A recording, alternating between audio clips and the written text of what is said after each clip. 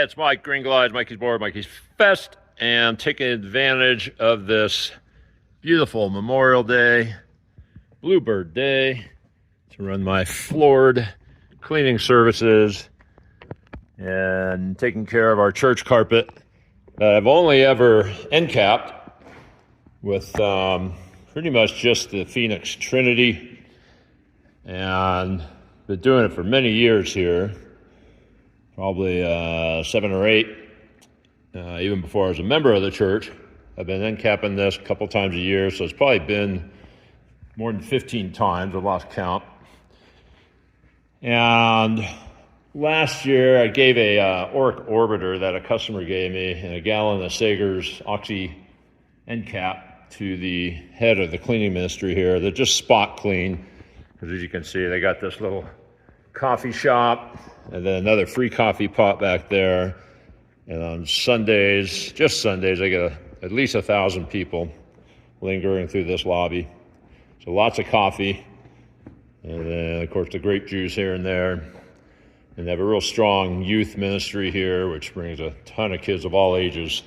So just feeling brave, and whipped up the 370. And it's drying so quick because we got virtually zero humidity here, and as you can see, I got that wonderful air path going, other than right now. But I stopped there. Now I'm doing a little back room that they added on. That's probably the worst of it. But so far, so good.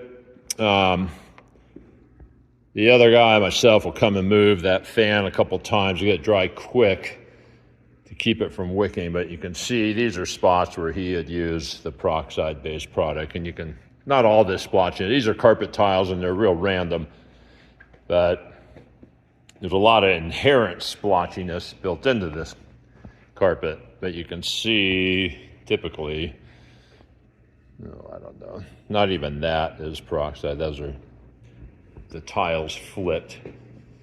Going into the kitchen, of course, is a little grungier, but it's just a good idea to rinse every once in a while to get the bulk out so you can start fresh with your low moisture process.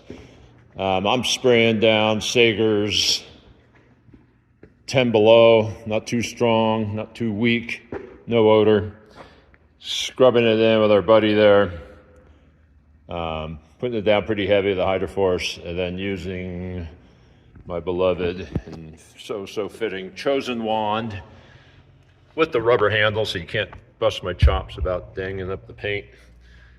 What am I doing? About 450 psi at 4 flow, running whatever Sager's acid rinse is called. Sorry, Mark, can't remember all these dang chemical names. And doing lots of dry strokes with a whole glide. So far, so good, looking good. And the big thing is, when you're mixing methodology, you kind of go overboard on the rinsing and drying. And with lots of dry strokes, I prefer the whole glide for deeper extraction. You get it dry quick, because you're aggravating chemistry and soil that's been somewhat pushed down with that low moisture process. But the key, or my main concern, is this extremely rough indoor-outdoor, I don't know what you call that stuff, but it gets severely abused with all the ice melt from the winter.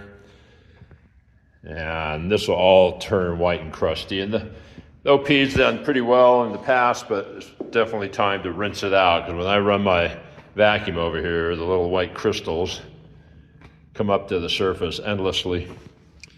So I'll probably crank up the pressure and maybe even do it twice, and I'll leave with the air path running in here.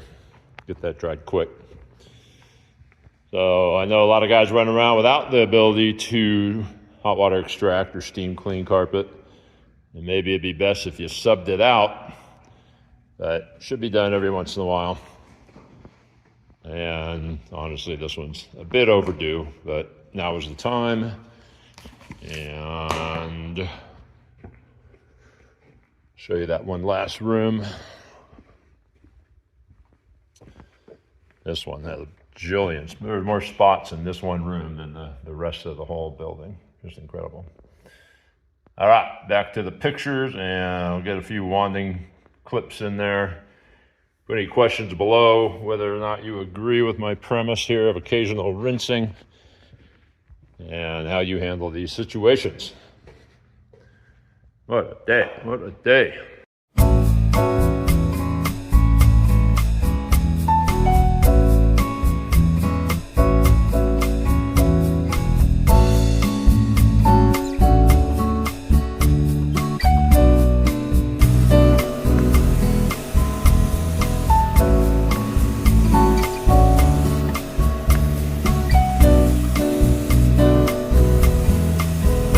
Well, you can tell by the shadows the day has gone long. This has taken me way longer than I thought. Due to no fault of my own and taking calls and making calls. But just got the phone with Sager and we were joking about the proverbial last square yard and how the truck mount tank, waste tank, always fills up. So let's see if my fate was set. I clean the last 3 square feet.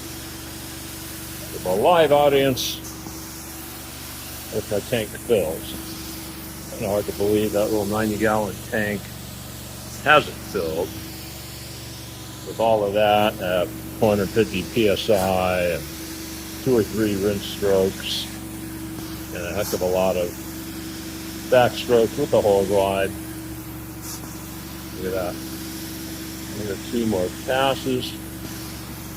And I'll be sure to show the water coming out of here because I know it's going to be funky.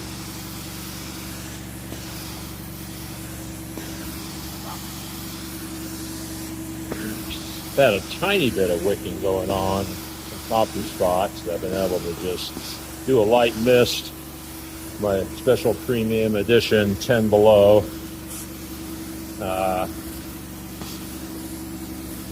Pre-sprayed a couple of passes and correcting it, but I fully expect to have some touch-ups to do here tomorrow, which I made time for in my day.